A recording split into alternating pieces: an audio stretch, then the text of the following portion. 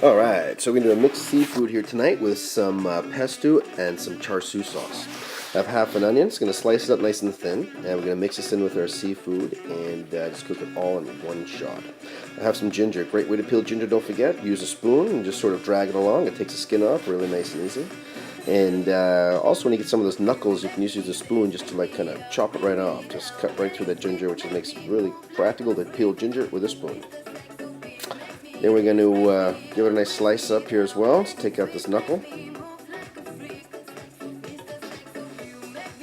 We're going to put the ginger in a nice dice, and we're going to marinate it with the fish. So first I slice the ginger nice and thin, put it on its side, slice it again, so nice long julienne. A julienne is like in the shape of a matchstick. And then we're going to turn it on its side, and we're going to just give it a nice fine little dice.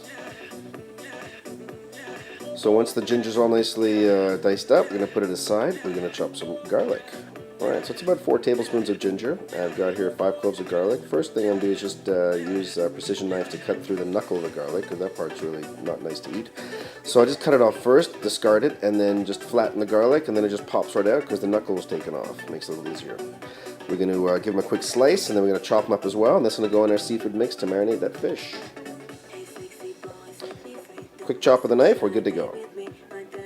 Now I've got some Pollak here, which is kind of already cooked. So this is often used in like sushi, a little bit of a filler sometimes. I got some tilapia, and the tilapia is a nice fish to cook this type of dish with because it's a fairly firm fish. It's not going to fall apart. So I'm cutting the pieces into nice big chunks. The Pollak I cut up just also nice big pieces.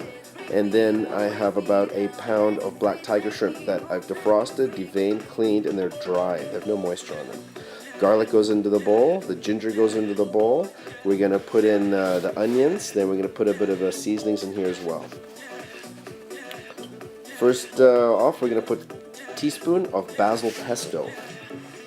So I'm using basil pesto, and then I'm also going to put in about a tablespoon of char siu sauce. Now char siu sauce is something I'd often use for the barbecue or for meat, definitely like chicken or steak. I'm putting it in with this fish here to try something different. I'm mixing it with the basil pesto and some sesame oil.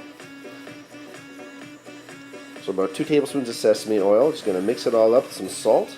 We're going to get our 12-inch frying pan nice and hot. Water's beating, so we got it on a medium-high heat. Water beats nicely. Get the water out, and we put the seafood in. So the seafood goes right into the pan. I'm just going to press everything down so everything's touching steel nice and flat, and we're not going to move it around. We want it to sear up on the one side. Let it sear for probably about 3 minutes or so, and then we just give it a stir. It's moving around nicely.